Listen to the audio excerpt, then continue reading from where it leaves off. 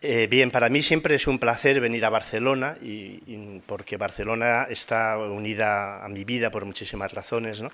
Como escritor fundamentalmente porque fue aquí donde empecé a publicar, un poco al amparo de esa figura tan importante, ¿no? Que fue Esther Tusquets, ¿no?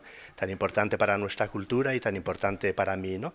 Y Esther Tusquets era una gran amante de los libros infantiles, de los libros para niños. Ella tenía una gran fe digamos, en esos libros, en lo que podían aportar en la formación del niño, ¿no? Y siempre publicó libros y tenía colecciones, incluso, vamos, muy hermosas desde un punto de vista objetivo, ¿no? Aparte de su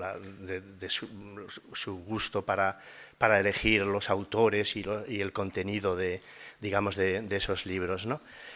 Que no siempre la literatura, lo que llamamos la literatura infantil, va por las sendas que nos gustaría, o por lo menos que, no sé, que me gustaría a mí en particular, ¿no? Es decir, yo creo que la literatura infantil tiene la obligación de responder a la complejidad del niño, ¿no? Y el niño no es un ser en absoluto simple, es un ser muy complicado, lleno de conflictos, lleno de necesidades diversas, ¿no? Y como es lógico, lo que espera de alguna manera de los libros y de los cuentos es que sean capaces de reflejar, digamos, esos conflictos y esas tensiones, ¿no? Propias, digamos, de su desarrollo, ¿no? También es lo que nos pasa a los adultos. Supongo que cuando leemos un libro lo que esperamos es que de alguna manera ese libro tenga que ver con nosotros, ¿no? Sintamos que de alguna forma nuestra verdad, lo más hondo de nosotros, está expresado en las páginas de ese libro, ¿no?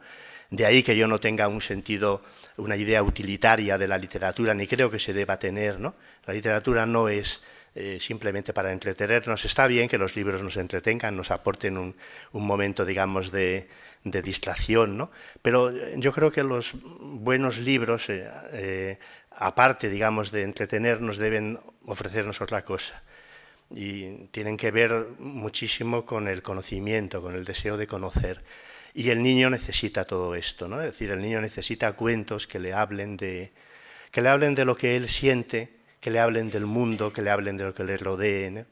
Que le hablen en definitiva de todo aquello que forma parte de sí mismo. Es decir, en el fondo un niño lo que espera cuando se le cuenta un cuento o cuando lee un cuento es encontrar un poco en ese cuento la historia de su propia vida, ¿no?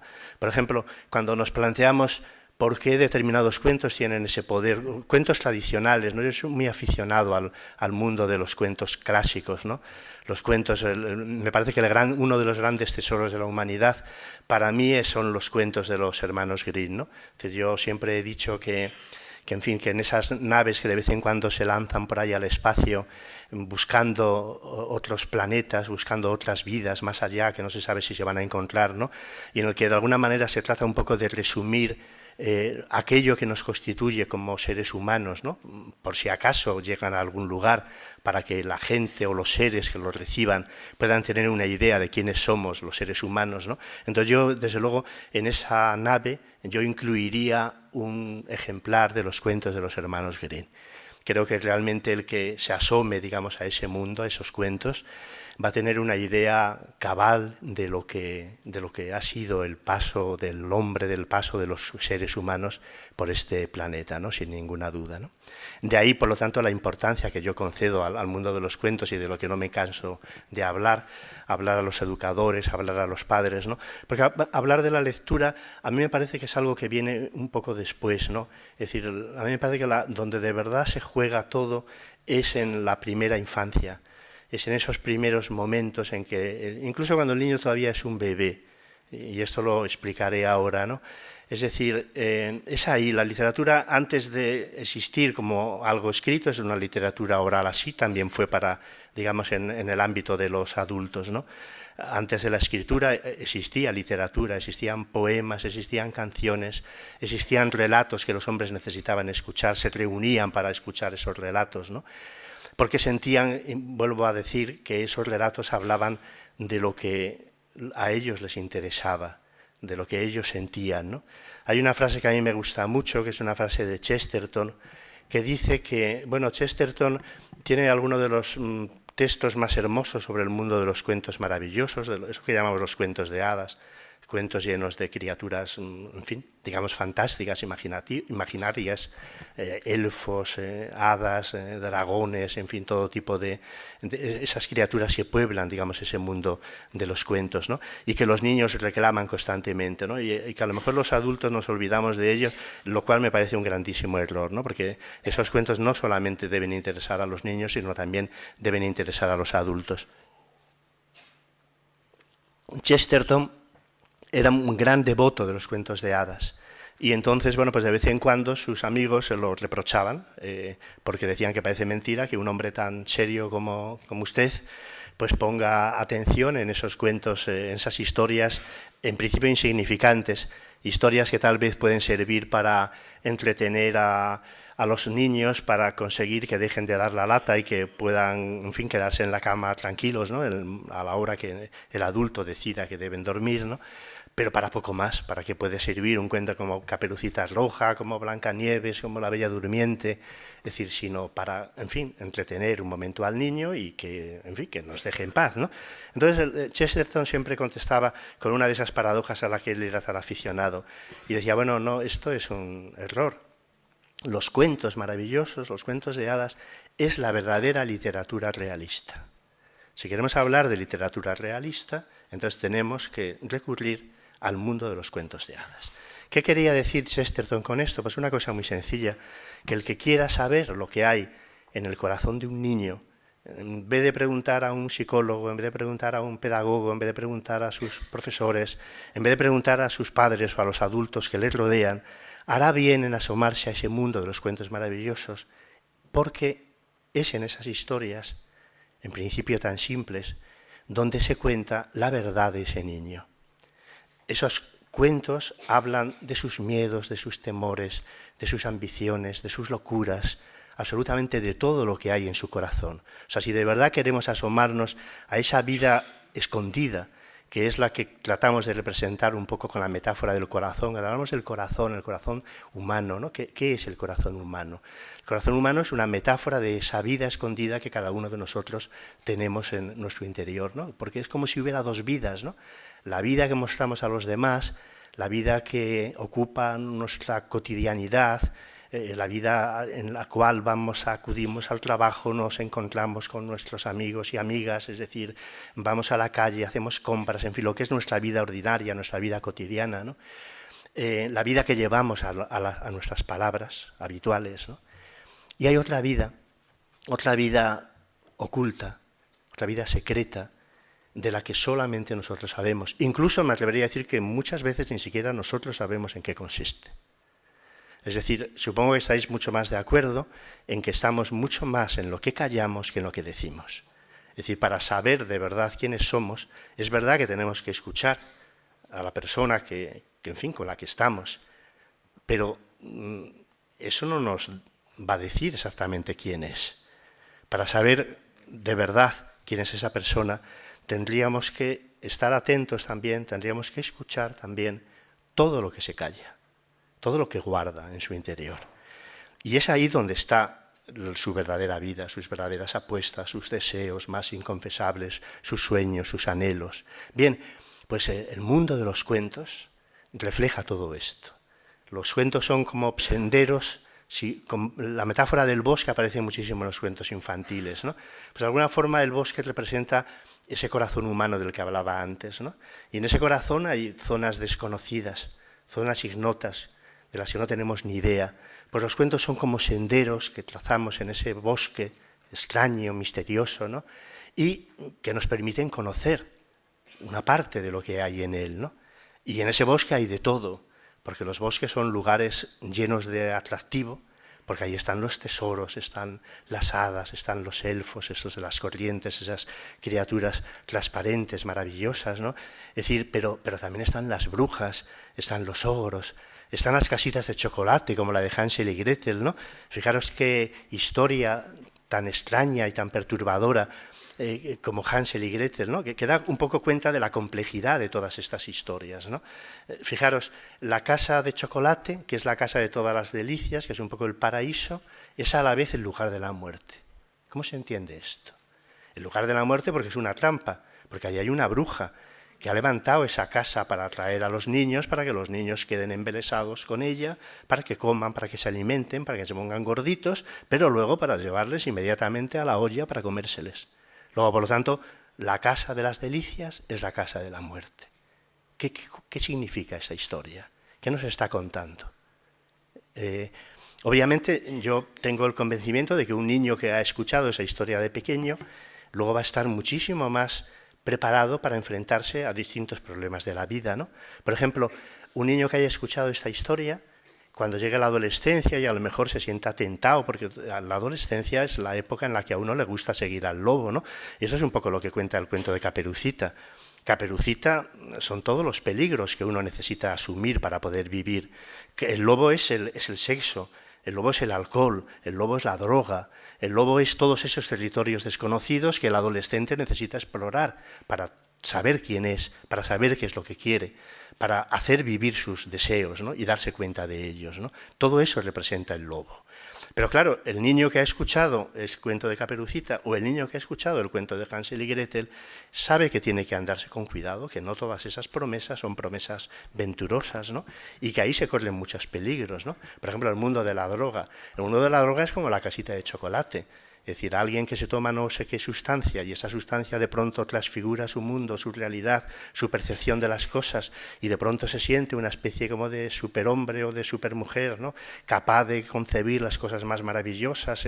Bueno, pues en ese momento esa persona, ese chico o esa chica, es un morador de la casita de chocolate.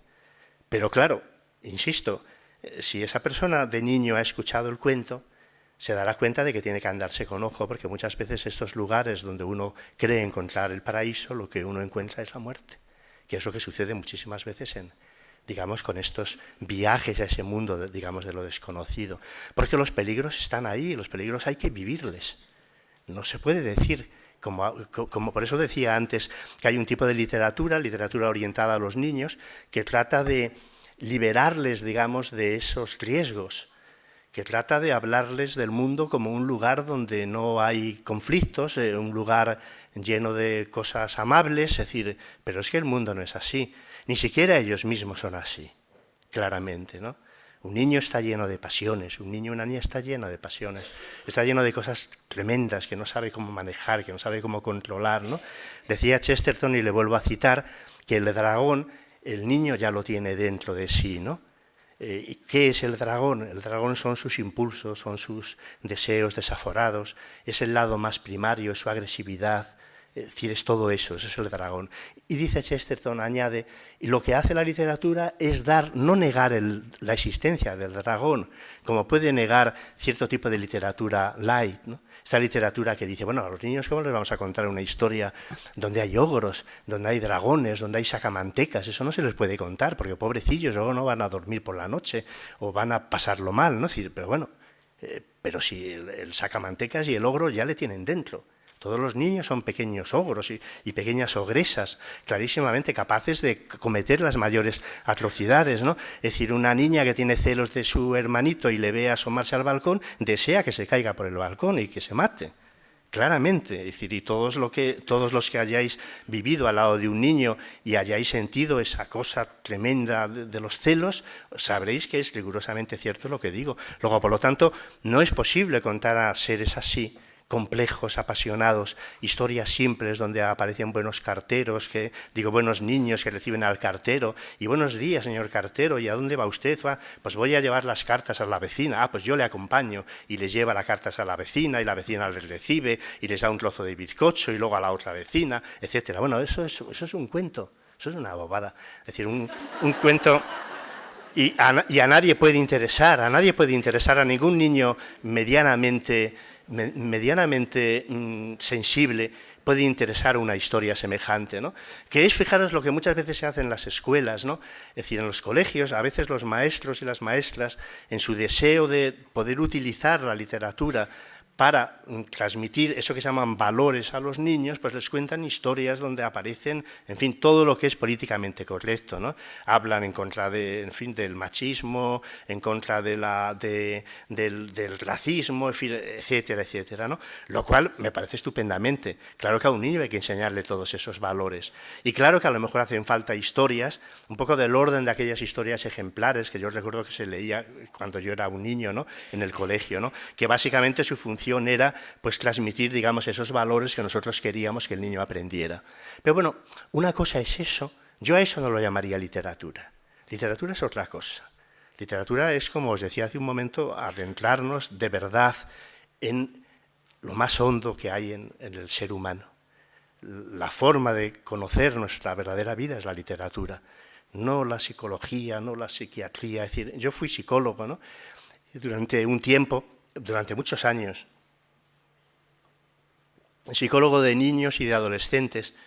Y recuerdo que a partir de ese momento, bueno, siempre, ahora cuando me hacen alguna entrevista como escritor, una de las preguntas que yo he tenido que responder más, aparte de por qué escribo, pues es de qué forma el ser psicólogo me influyó en mi oficio, en mi vocación de escritor. Y bien, yo siempre suelo decir, bueno, vamos a ver, fue al revés. Yo cuando era psicólogo me influyó mucho el ser lector. Es decir, creo que por ser lector a lo mejor no fui un mal psicólogo del todo, ¿no? Pero porque no creo que se pueda ser un buen psicólogo, no creo que se pueda ser un buen psiquiatra sin ser un lector de literatura o sin ir a ver películas, que bueno, para mí es un poco lo mismo, ¿no? Es decir, porque yo creo que realmente tanto el cine como bueno, el cine, el teatro, es decir, el arte en su conjunto, ¿no? Digo el cine y la novela porque son artes narrativas que cuentan historias, ¿no? Historias, por lo tanto, que siempre hablan del hombre en conflicto, porque para que haya una historia tiene que haber alguien que nos interese, tiene que haber un conflicto y tiene que haber, digamos, el esfuerzo, digamos, de esa persona, de ese personaje, por superar, digamos, ese conflicto. Tiene que haber un problema, que de alguna manera es un poco lo mismo que hace asistir a alguien al psicólogo. Cuando alguien va al psicólogo es porque tiene un problema que no sabe cómo resolver y entonces espera que el psicólogo o la psicóloga le proporcione, un poco le dé las claves de cómo enfrentarse, digamos, a ese problema. Y fijaros que también coinciden tanto la psicología y la literatura en otra cosa muy importante, que la manera de enfrentarse a esos problemas son las palabras, es el lenguaje. Hablar de literatura es hablar de palabras, es hablar de lenguaje. Y naturalmente la psicología es palabra. En la medida en que nosotros somos capaces de hablar de lo que nos sucede, hablar de nuestros problemas, ya hemos dado el primer paso, no sé si para resolverlo, porque no sé si los problemas se pueden resolver, pero por lo menos para aprender a vivir con ellos. Aprender a vivir con ellos, ¿no? Ahora está de moda toda esta literatura de autoayuda, bueno, literatura, lo pongo entre comillas, de autoayuda, libros que nos dicen cómo debemos vivir, que nos dan recetas acerca de cómo podemos ser más felices, etcétera, etcétera, que nos dicen que tenemos que ser positivos, ¿no? Que es una palabra que odio radicalmente, ¿no? Hay que ser positivos, bueno, pero ¿eso qué es? Es decir, la inutilidad del sufrimiento. Recuerdo que había un libro que se llamaba así, La inutilidad del sufrimiento, pero bueno, ¿pero qué es esto? ¿Pero cómo es posible que alguien diga que el sufrimiento es inútil? En primer lugar, el sufrimiento no se puede evitar porque forma parte de la vida. Forma parte de la vida. Y si forma parte de la vida, ¿por qué vamos a evitar a los niños que lean historias tristes? Todos los cuentos de Andersen son tristes y Andersen es uno de los grandes creadores de cuentos, ¿no?, que ha habido en el mundo, ¿no? Entonces, si la tristeza forma parte de la vida y la literatura aspira a dar cuenta de la totalidad de la vida del ser humano, por lo tanto la literatura tiene que hablar del dolor, tiene que hablar del sufrimiento, tiene que hablar de la muerte, porque el niño se enfrenta a situaciones de desdicha desde que es muy pequeño. Incluso el niño puede asistir desde edades muy tempranas a la pérdida de alguien querido. Y bueno, y si le hemos contado historias donde esto sucede, pues esto no le sorprenderá tanto y le habremos dado recursos, no para entenderlo, porque ¿quién puede entender la desaparición de alguien querido? No hay manera de entenderla, pero por lo menos le dará ciertos recursos para enfrentarse a todo ello y sabrá que eso sucede y estará preparado para cuando sucede, incluso para entender también su propia tristeza. O sea que es una tontería esto de que la tristeza no sirve para nada. Hay que reivindicar la tristeza. como forma de conocimiento también. Decía Léon Bloy, el gran místico francés, ¿no? Dice, el dolor abre en nuestro corazón zonas que sin él no existirían. ¿Cuántas veces a través de la tristeza y a través del dolor descubrimos en nosotros mismos zonas que sin esa experiencia no habríamos podido descubrir nunca? Claro que hay también una vía de conocimiento a través del dolor y a través de la tristeza y a través de la pérdida. Y sobre todo, al margen de esto, como eso forma parte de la vida, no podemos apartarlo como si fuera algo inservible, ¿no? Bueno, esto es lo que nos enseña la literatura, ¿no? Y de esto debemos que ser muy conscientes cuando hablemos a los niños de historias y de cuentos, ¿no? Los cuentos, las historias, la literatura forma parte de la educación, absolutamente. Además, desde el primer momento, desde que el niño nace, es decir, de una manera intuitiva, todas las madres del mundo, y digo madres y no digo padres porque normalmente en esos primeros momentos la importancia que tiene la madre pues es mayor que la del padre, ¿no? Y sobre todo culturalmente hasta ahora ha sido así, ¿no? Entonces, bueno, la madre ha tenido esa criatura dentro de su propio cuerpo y la relación de intimidad que tiene naturalmente con el recién nacido, con el bebé, es algo que un padre, por mucho que se empeñe, por lo menos en esos primeros momentos, yo creo que es muy difícil que alcance, ¿no? Y entonces, bueno, esa madre, en el momento, bueno, incluso antes de que el niño nazca, cuando están embarazadas, no hay mujer que no hable con ese niño que lleva en el interior de su cuerpo, que no hable con él. Podemos decir, bueno, pues en fin, esto de la experiencia de la maternidad es una experiencia muy fuerte, muy intensa, y entonces, claro, pues a las mujeres las trastorna un poco y entonces las hace delirar, porque al fin y al cabo se trata de un pequeño delirio, hablar con una criatura que no existe, que no te puede escuchar, que no te puede entender. Y sin embargo hablan sin parar, y sobre todo cuando nace. No hay madre que no hable, que no le diga cosas a su bebé, que no le diga cosas, que no le cante, que no le cuente. Claro, intuitivamente, incluso la madre más inculta del mundo se da cuenta de algo, es decir, lejos de pensar lo que os decía hace un momento, que ha perdido la razón, es todo lo contrario, está haciendo justo lo que debe, porque de una manera intuitiva ella se ha dado cuenta de que para que ese niño, bueno, he dicho niño, pero no es un niño, todavía no es un niño, es decir, para que esa criatura, ese ser misterioso, ¿no?, que primero ha llevado en el interior de su cuerpo y que luego ya tiene pues allí en sus brazos, ¿no?, para que esa criatura se transforme en un ser humano, no solamente tiene que preocuparse de alimentarle, no solamente tiene que preocuparse de que no pase frío, de que, en fin, de llevarle al médico cuando vea que está enfermo, es decir, sino que tiene que hacer otra cosa muy importante, que es hablarle sin parar, hablarle sin descanso, porque es como si las palabras contuvieran un alimento misterioso y secreto que solamente a través del lenguaje pudiera llegar a los niños, ¿no? El gran don de la madre, aparte del don de la vida, es el don del lenguaje. Las madres nos dan el lenguaje, y al darnos el lenguaje nos dan la posibilidad de transformarnos en seres humanos, porque somos humanos en la medida en que accedemos a las palabras, en la medida en que vivimos en el lenguaje. Y por lo tanto, la madre habla con el niño. Podríamos decir que más que hablar, que en el fondo que lo que el niño la escucha es cantar, porque realmente él no entiende lo que le está diciendo. Y además las madres, cuando hablan con los niños, siempre adoptan un tono especial, un tono así como muy melodioso, muy meloso, es decir, muy musical. Es decir, y entonces, bueno, en el fondo el niño obviamente no entiende lo que le dice, pero percibe que hay una conducta verbal. La madre le acaricia, la madre le besa, la madre le da de comer, pero la madre también canta para él. Canta para él. Y entonces él le escucha cantar. Y por eso hay todo un mundo de nanas, de canciones, luego de trabalenguas, y todo esto se va complicando y lentamente pues aparecen esas rimas infantiles tan hermosas, ¿no?, que también de alguna forma mantienen un poco la memoria un poco de la música, que fue la palabra por primera vez. Bueno, fijaros, esto hacen los poetas. Los grandes poetas, de alguna forma, la palabra poética conserva la memoria de esa música que fue la palabra antes de nada, ¿no? Esa música que fue la palabra antes de ser palabra, en el sentido de que nosotros la utilizamos, ¿no? Es decir, dotada de una significación, dotada de un poder para representar el mundo y para hablar de lo que cada uno de nosotros somos. Antes fue música. Y tal vez por eso la música tiene ese poder sobre nosotros, ese poder tremendo sobre todos los seres humanos, ¿no? Ese poder de conmovernos, de emocionarnos, ¿no? Tal vez es el arte que de una manera más irresistible entra en nosotros y toma posesión literalmente de nosotros, ¿no? Porque de alguna forma remite, digamos, a este origen, ¿no? Y el escritor hace eso, no solamente el poeta. Es decir, un escritor, alguien que escribe un relato, es decir, lo primero que hace es buscar no solamente el sentido, sino también la musicalidad de lo que está diciendo. Y a veces es una de las cosas más difíciles, ¿no? Escribes una frase y aquella frase no te suena, no queda bien, porque no suena bien.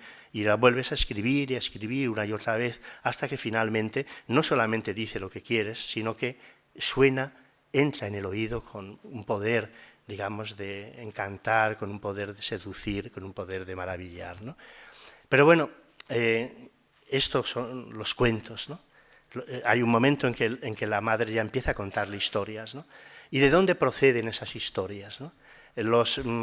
Hay un pueblo desaparecido tristemente en el sur de África, en Sudáfrica en concreto, ¿no?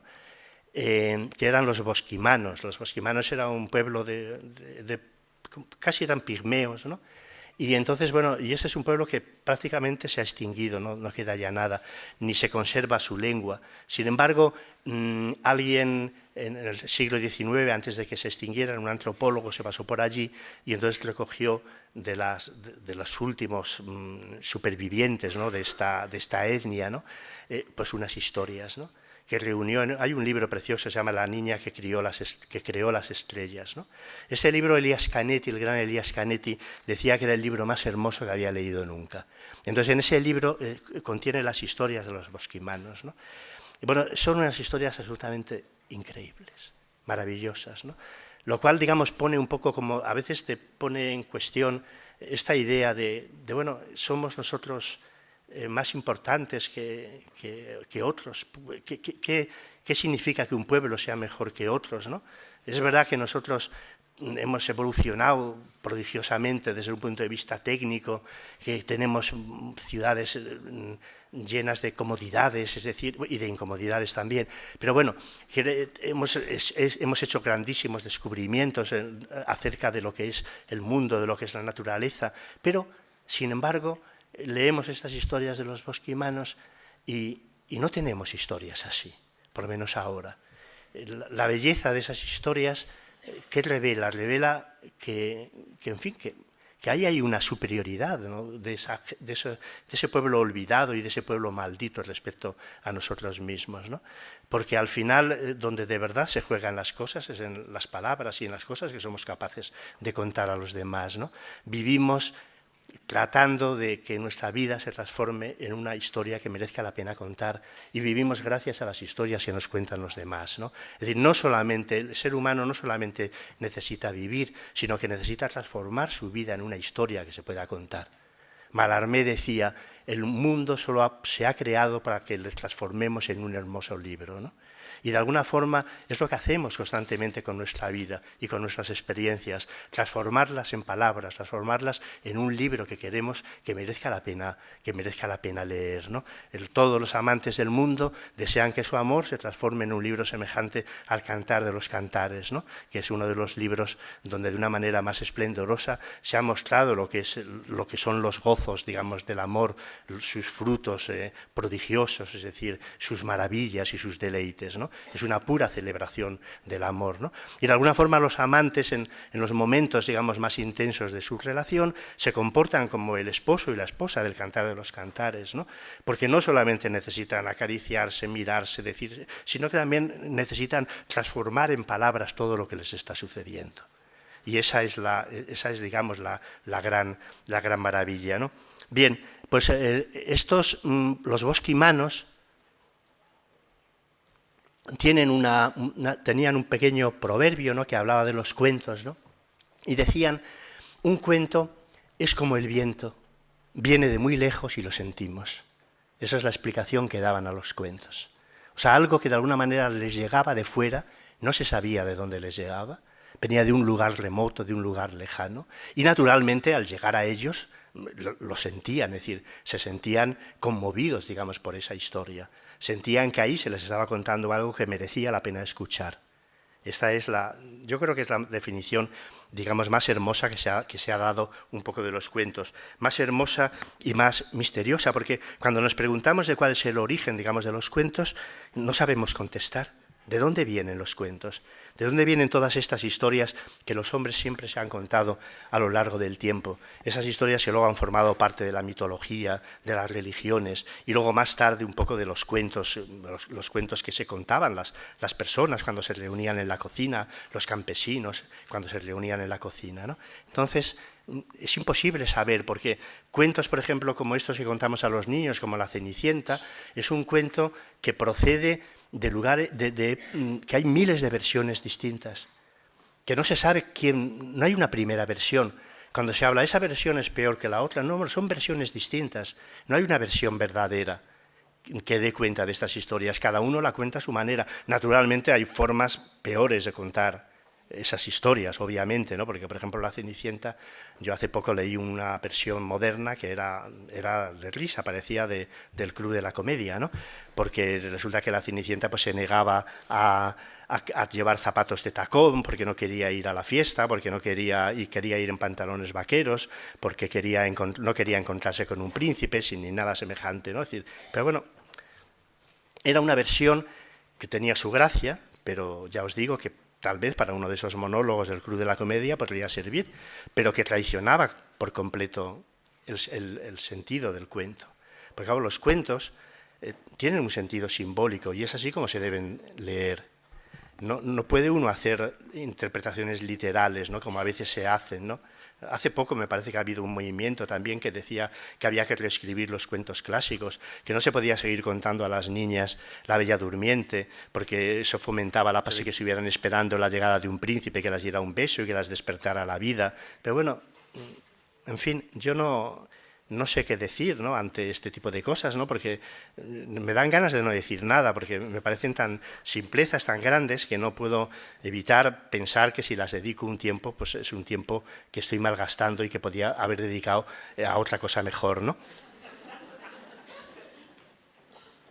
Porque claro, La Bella Durmiente. La Bella Durmiente es un cuento deslumbrante. Necesitaremos una conferencia entera para hablar de ellos, ¿no? Entre otras cosas porque es uno de mis cuentos preferidos, ¿no?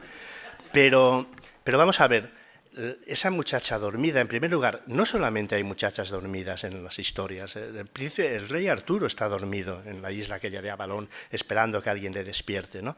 Es decir, esa muchacha dormida uno no puede verla literalmente. Es decir, hay que hacer una lectura simbólica de los cuentos.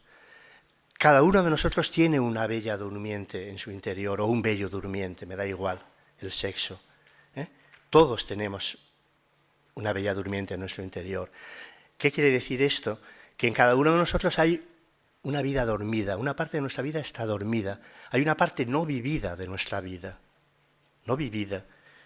La vida que tenemos todos los días no es enteramente la vida que deseamos o incluso que merecemos tener.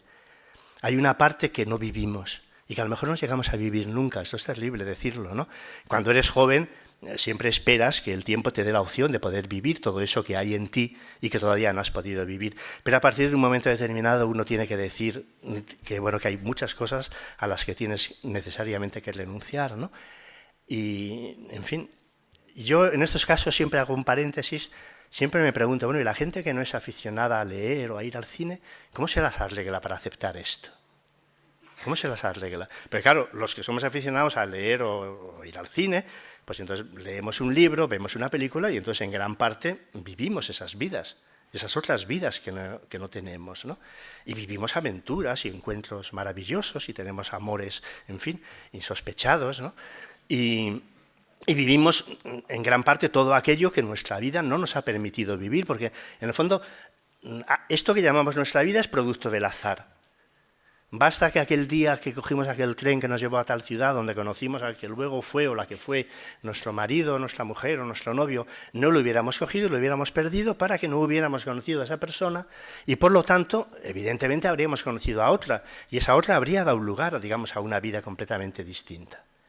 Y habríamos sido otros diferentes, ¿no? Un simple cambio de trabajo, cualquier circunstancia mínima en la vida te puede llevar por un camino que no tiene nada que ver con aquel que, por ejemplo, con el que fue el que seguiste, ¿no? De tal manera que en cada uno de nosotros hay una vida que hemos vivido, a lo mejor incluso esta gente que son muy vividores, ¿no? Las mujeres y los hombres muy vividores, pues a lo mejor viven varias vidas, de todas esas posibles, pero bueno, en todo caso son unas pocas. Es decir, si a lo mejor podemos vivir 100, pues entonces a lo mejor viven 5 o 6 o 7, vete a saber, pero les faltan todavía 90. O sea, que aún les faltan muchas, ¿no? Entonces, claro, cuando leemos, en el fondo, yo por lo menos, es decir, parece que está muy extendida esta idea de, bueno, leemos un poco buscando aquello con lo que nos identificamos, es decir, que los libros nos hablen de las cosas que nos pasan. Yo no, yo leo buscando que los libros me hablen de las cosas que no me pasan, porque me parece mucho más interesante que las que me pasan a mí, ¿no? Entonces, hay un tipo de lector que es así, un tipo de lector que solamente le gusta ver en el libro reflejado lo que él conoce, lo que ya sabe, lo que ha vivido, ¿eh? Y por eso ese libro desdeña, digamos, toda la literatura fantástica, toda la literatura que le lleva a territorios extraños o nuevos. Dice, bueno, pero ¿de qué me está hablando esta persona? Si esto no es lo que me sucede a mí, pero claro que no. Te está hablando de las cosas que no te suceden, pero que te podrían suceder, te podrían haber sucedido si tu vida hubiera sido distinta a la que es, ¿no? Luego, por lo tanto, vuelvo al cuento de la Bella Durmiente. En cada uno de nosotros hay alguien dormido que espera despertar algún día. Para despertar necesita el encuentro con algo externo, que le llame, que le pida que despierte, que es lo que hace el príncipe a la bella dormida. La besa y la despierta. Este cuento es muy hermoso porque habla de cosas muy importantes en el mundo de la literatura. En primer lugar, habla de la fascinación. El mundo de los libros, el mundo de los cuentos, el mundo de la literatura, no es nada sin la presencia de eso que podemos llamar lo fascinante, lo que tiene el poder de encantarnos, lo que tiene el poder de seducirnos. Para que una historia nos guste, la misma palabra lo dice, tiene que haber algo en ella que nos impida dejar de escucharla, algo que nos diga que tenemos que continuar allí, que sintamos que del desarrollo de esa historia están en juego muchas cosas que nosotros muy bien no sabemos, pero que claramente tienen que ver con lo que a nosotros nos sucede, ¿no? Que hay una verdad nuestra que en esa historia se está revelando. Tenemos que tener un sentimiento de verdad para que un libro nos atraiga, ¿no? Y ese sentimiento de verdad muchísimas veces va unido a ese sentimiento un poco de acceder a algo encantador. Apollinaire decía, para definir la pintura es materia encantada. ¿Por qué de pronto nos quedamos absortos ante un cuadro y ante otro no? Porque el cuadro que de verdad merece la pena es materia, porque está hecho de pintura, de óleo, pero que está encantada. Y por eso todo lo que está encantado nos obliga a permanecer ante ello, tratando tal vez de enterarnos en qué consiste el poder que tiene sobre nosotros. ¿Qué es lo que nos pasa, por ejemplo, en los momentos amorosos, ¿no? Lo que le pasa a un niño con sus padres. ¿Qué pasa si hay una escena de fascinación más maravillosa? Es la escena que componen los niños pequeños con sus padres, ¿no? Hay una fascinación doble, lo del padre por el niño pequeño y a la vez la fascinación del niño por su madre. La primera fascinación de la vida es el rostro de la madre y no hay más que ver cómo miran los niños a sus madres, ¿no? Y la aparición de la primera sonrisa del niño es una especie como de celebración, es como decir, si me doy cuenta de que estás ahí, la sonrisa ante el rostro humano, ante la presencia, digamos, del rostro humano, ¿no? Y solamente hay eso es fascinación pura, no hay otra cosa. Y entonces, de alguna manera, la literatura siempre tiene que tener ese componente, digamos, de fascinación. Si no, no hay literatura, si no, no hay historias. Por eso yo cuando antes desdeñaba un poco esta literatura infantil light, ¿no? En gran parte también la desdeño porque no tiene el poder de encantar. No tiene el poder de llevarte a un lugar de encantamiento, que es lo que sucede en los cuentos. Todos los cuentos están llenos de lugares encantados y de criaturas fabulosas, ¿no? Que tienen el poder de obligarnos a seguirlas, aunque no sepamos muy bien a dónde nos llevan. Y aunque muchísimas veces estas criaturas fabulosas sean criaturas peligrosas que nos llevan a lugares oscuros y a lugares terribles, ¿no? Pero bueno, eso es lo que tiene, dejarse llevar por aquello que tiene ese poder sobre ti, ¿no? Bien, la literatura no existe, por lo tanto, sin fascinación. Y eso se ve muy bien en los libros, en los cuentos infantiles, ¿no? Todos los cuentos infantiles aparecen criaturas maravillosas, criaturas que tienen el poder de embelesar aquel que las contempla. Y está llena de prodigios, están llenas de prodigios, de árboles que cantan, de arroyos de oro, de pájaros que son capaces de hablar y de comunicar historias, ¿no? Todos esos prodigios, de alguna forma, tienen que ver con esta necesidad de prodigios que hay en el alma humana, ¿no? Necesitamos los prodigios para poder vivir, ¿no? Y nuestra vida está hecha de prodigios también. Es que nada de esto es irreal. Cuando yo era pequeño, había en mi casa, no había muchos libros en las casas de entonces, ¿no? Y me temo que en las de ahora tampoco, ¿no? Pero muchos menos antes, ¿no? Esto de que ahora no se lee, y digo yo, bueno, ¿y cuándo se ha leído en este país? En este país no se ha leído nunca. Todo lo contrario, ahora se lee más que nunca, es verdad. Claro que se lee más que nunca, ¿no? Y sobre todo los niños leen más que nunca, porque hay una preocupación muy grande por parte de los padres y por parte de la labor que hacen los profesores y las profesoras en las escuelas es maravillosa, ¿no? Se empeñan en que los niños lean y les ofrecen historias y libros preciosos, ¿no? para poder aficionarles, digamos, a ese mundo, ¿no? Pero realmente, y esto es muy importante, ¿no? Y perdonar que dé un salto para atrás, ¿no? Pero por estas cuestiones del tiempo, donde de verdad se juega, es lo que quería deciros antes, ¿no? La afición a la lectura de un niño es en los primeros momentos, es en la primera infancia. Es decir, hay una escena fundacional para mí de la literatura, que es la escena en la que el niño pequeño tiene que quedarse en su cama por la noche y entonces le pide a su padre o a su madre o al adulto que tiene a su lado que le acompañe, digamos, a esa cama, que se siente en ella y que le cuente algo, y que le cuente una historia. Ahí se ha fundado la literatura para mí, ¿no? Es decir, los antropólogos nos dicen que los relatos proceden más bien del miedo. Hablan de aquellos remotos antepasados nuestros aterrorizados por un mundo que no comprendían, por la oscuridad, por la presencia de los astros, por aquellos animales gigantescos y monstruosos que había en aquel tiempo, ¿no? Y entonces, claro, se metían en aquella cueva, encendían su fuego y entonces, bueno, a través de sus historias trataban un poco de conjurar, digamos, esos miedos que sentían ante todo aquello que de desconocido podía haber en ello, ¿no? Pero claro, también había otra cosa, por ejemplo, esas pinturas rupestres, ¿no? Que hemos visto todos, ¿no? Es decir, es verdad que hay muchas interpretaciones acerca de por qué las hacían, ¿no? Pues para controlar, digamos, mágicamente, si eran cazadores, para conseguir que los bisontes se acercaran a ellos, ¿no? Pero también había un anhelo de belleza, qué duda cabe que sí, ¿no?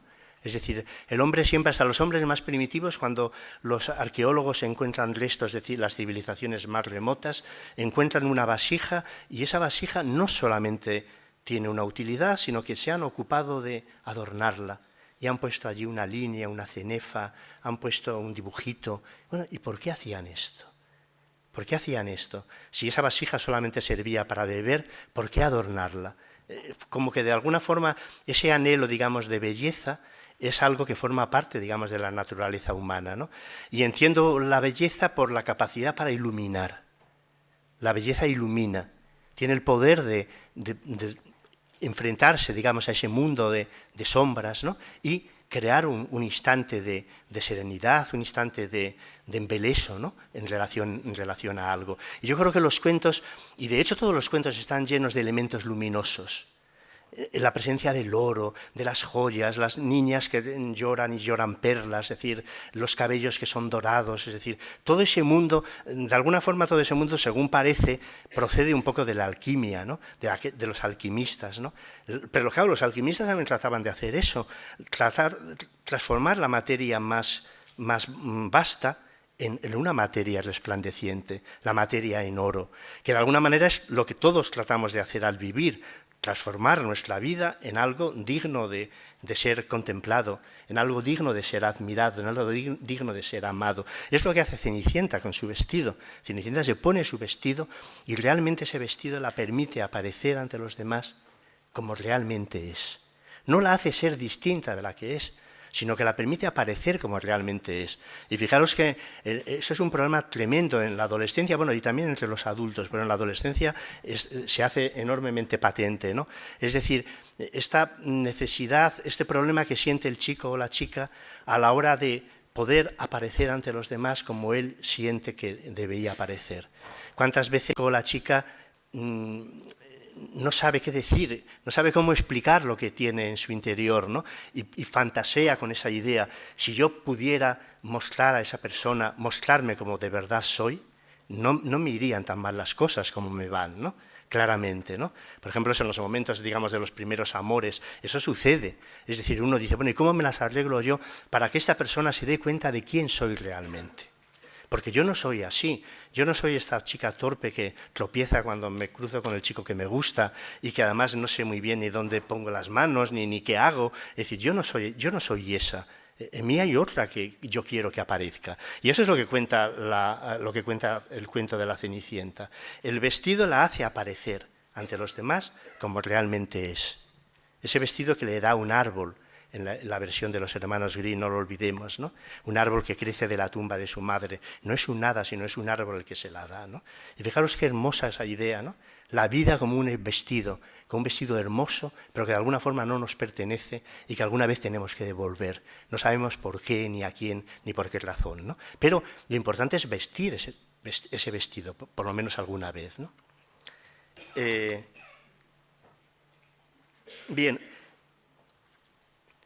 Bien, bueno, hablaba del neolítico, de estos antepasados nuestros, allí en su cueva, teniendo un miedo horroroso a todo lo que les rodeaba, ¿no? Pero claro, de ahí solamente del miedo no pueden proceder los cuentos del miedo. Los cuentos siempre proceden, y por eso hay tantos elementos maravillosos, ¿no? Siempre proceden de esta presencia un poco, digamos, del prodigio, del milagro en nuestra vida, ¿no?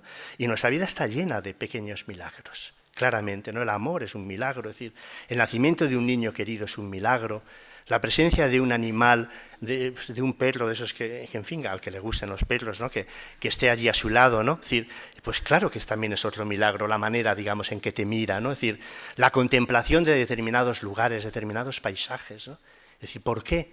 ¿Qué es la belleza?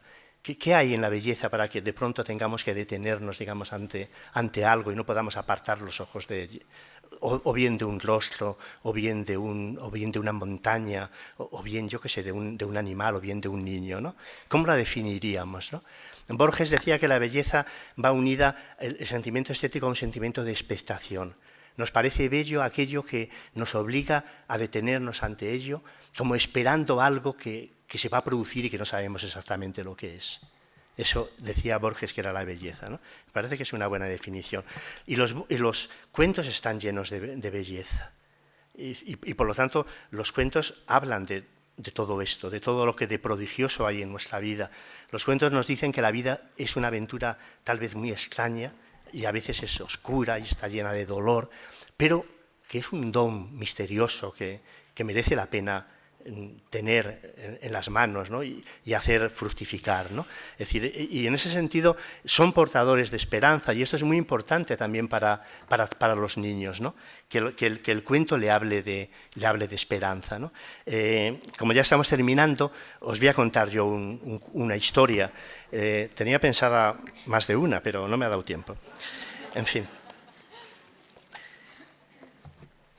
Y claro, ahora mismo podéis decirme, pero no nos ha hablado para nada de la lectura.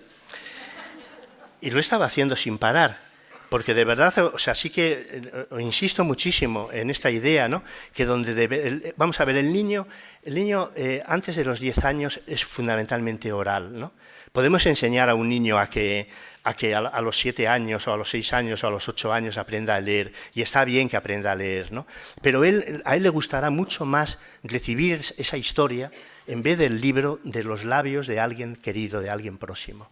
Porque este también es el poder de los cuentos. El cuento es un acto de amor. Yo antes os situaba en ese momento en que el niño se acuesta en la cama, se tiene que quedar solo en medio de la oscuridad, y entonces se lleva al adulto con él y le pide que le cuente una historia. Entonces esa historia contiene un montón de enseñanzas, de algunas de ellas ya hemos hablado, pero fundamentalmente es un acto de amor de la madre o del padre hacia el niño, y el niño lo percibe así.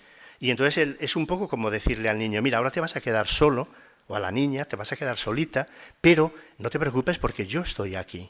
Y entonces yo te entrego, digamos, este cuento, como prueba de que estoy a tu lado. Por eso yo en ese libro que ya citaba hace un momento, yo lo he titulado Una casa de palabras, porque es un poco la expresión que me ha parecido más adecuada para expresar lo que es un cuento. Un cuento es una casa de palabras, es como un refugio, una casa que el adulto levanta para el niño para que se sienta protegido, en medio de la oscuridad y en medio de todas las incertidumbres de la vida, ¿no? Y los cuentos protegen al niño, y a la vez, por eso es muy importante que los cuentos tengan final feliz, ¿no? Esto los hermanos Grimm lo practicaban de una manera con muchísimo rigor, ¿no? Andersen no, porque Andersen, bueno, los cuentos terminan fatal, ¿no? La mayoría de ellos, ¿no? Pero bueno, Andersen es otra cosa, ¿no? Porque ya no, de alguna forma, es el primer escritor de cuentos moderno, porque ya no solamente se limita a recoger los cuentos de la tradición, sino que les adapta, digamos, a su propio mundo y cuenta con ellos sus propias inquietudes, digamos, de autor, ¿no? Por ejemplo, pues El patito feo se ha visto que era una especie como de autobiografía del propio Andersen, que también fue un niño que no fue, que en fin, un niño huérfano, que no fue querido, que era muy feo y al que todo el mundo despreciaba, ¿no? Y que por eso se tuvo que ir por ahí, por el mundo, tratando de encontrar un poco como el amor de los demás, ¿no? Pero fijaros, este cuento, vamos a ver, ¿por qué les gusta a todos los niños del mundo? ¿Por qué les gusta? No hay niño al que no le guste El patito feo, porque no hay niño, por muy querido que sea en su casa, que no haya tenido alguna vez el temor a ser dejado de querer por sus padres. Todos los niños alguna vez han pensado, ¿y si yo no soy el niño o la niña que mis padres deseaban tener? ¿Y si se cansan de mí? ¿Y si me abandonan en el bosque como hicieron con Hansel y Gretel o como hicieron con Pulgarcito y con todos sus hermanos? Claro que los niños tienen el temor a ser dejado de amar por sus padres, aunque se lleven muy bien con ellos, porque claro, el niño es consciente de que el padre y la madre tienen un modelo de hijo cuando nace. Todos los padres fantasean sobre el hijo o la hija que quieren tener, y ese hijo o la hija ideal muchísimas veces no se corresponde con el niño o la niña real que tienen, y estas cosas el niño lo percibe, y entonces le entra el temor a poder dejar de ser amado, y eso hace que en el momento en que escuche El patito feo sienta que ahí se está contando su propia historia. De ahí, y vuelvo a insistir, y con esto ya voy terminando, que la importancia de contar historias a los niños, ¿no? Bueno, ahora sí. Pensé que se me había terminado el tiempo, como en aquel programa de televisión.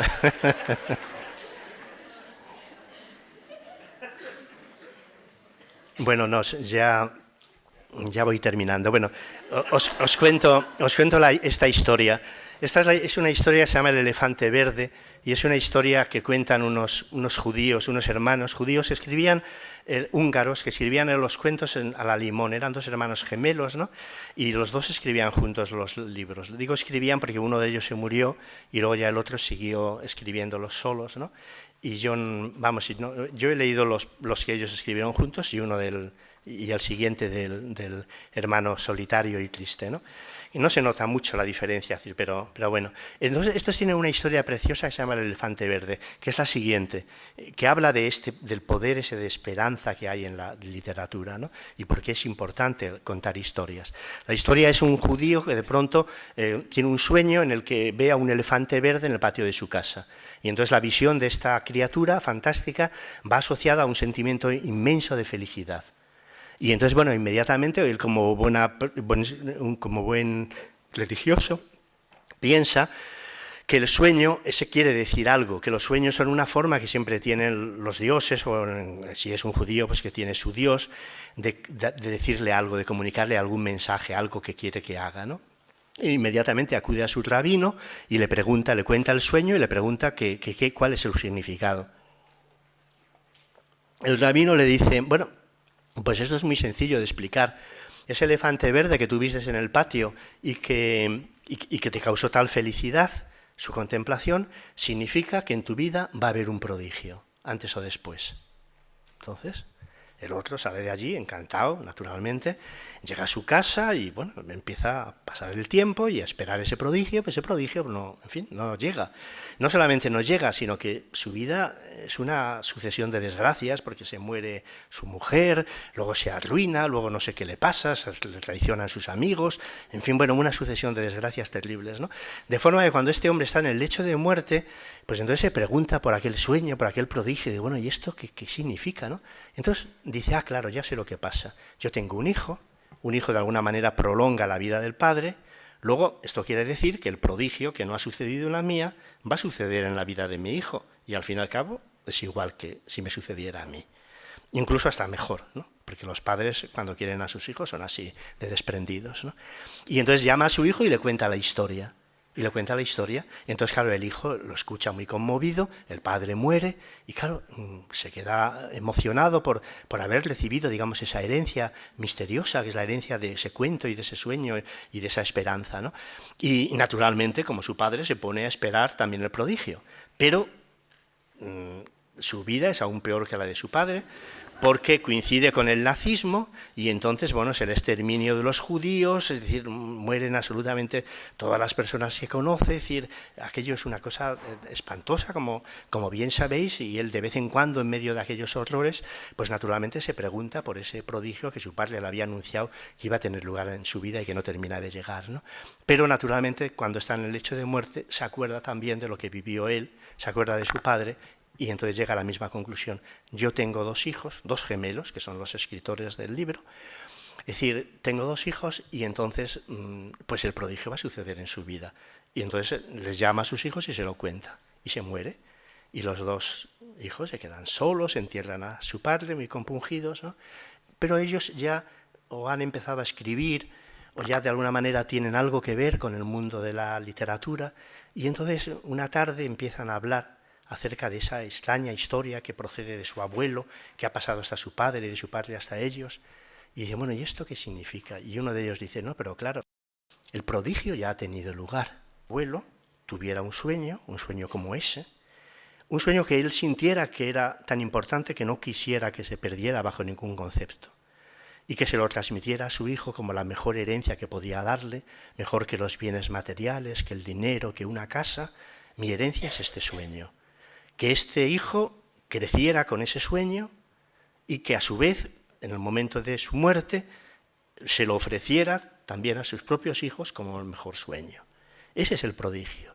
El prodigio es que alguien haya tenido un sueño, que le haya sentido valioso, que no haya querido que se perdiera y que se lo haya transmitido a las personas más queridas, tratando con la idea de ofrecerles aquello que él pensaba que era lo mejor. Y si lo pensáis bien, claro que ese sueño ha servido, porque en medio de la desolación y de la dureza de las vidas del padre y del abuelo, ese sueño les daba esperanza, les ayudaba a continuar, porque sin él habría sido mucho peor todo, porque no habrían tenido ni siquiera la esperanza de imaginar que alguna vez todas esas desgracias iban a terminar, ¿no? Luego, por lo tanto, el prodigio era eso, está en ese sueño.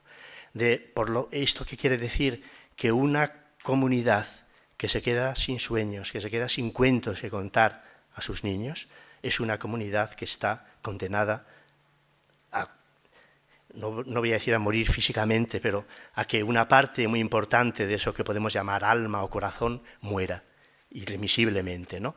Luego, por lo tanto, en fin, nuestra misión un poco como educadores y sobre todo como amantes de los niños es tratar de preservar esa herencia maravillosa que viene, insisto, desde el origen de los tiempos, ¿no? Son historias que los hombres han contado unos a otros, que han pasado de unas manos a otras, de generación en generación, y por lo tanto, si no se han perdido, si los hombres las han guardado en su memoria, algo debe querer decir todo esto. Algo debe querer decir acerca de la importancia decisiva de esas historias, ¿no? Y en esas historias está, insisto, la verdad de lo que somos, ¿no? Y es una manera también de estar, y con esto ya termino, a la altura del milagro que es el nacimiento de un niño, porque si lo pensamos bien, ¿por qué los cuentos de hadas están llenas de prodigios, ¿no? Y los padres les gusta contárselo a sus hijos, porque en el fondo viven el nacimiento de ese niño como un prodigio, y entonces quieren contarle algo que esté a la altura del milagro de que esté allí. Es decir, hay unos versos de George MacDonald, con los que termino, que dice, George MacDonald es un escritor maravilloso, que aquí se ha leído muy poco en España, es un escritor victoriano, ¿no? Que escribió unos cuentos de hadas preciosos, ¿no? Que entonces es como una canción infantil, ¿no? Que le dice, se supone que es como una madre que le está preguntando al niño, ¿de dónde vienes, bebé adorado?, ¿no? Y entonces le contesta el bebé, vengo de todas partes para quedarme aquí. Bueno, nada más, muchas gracias.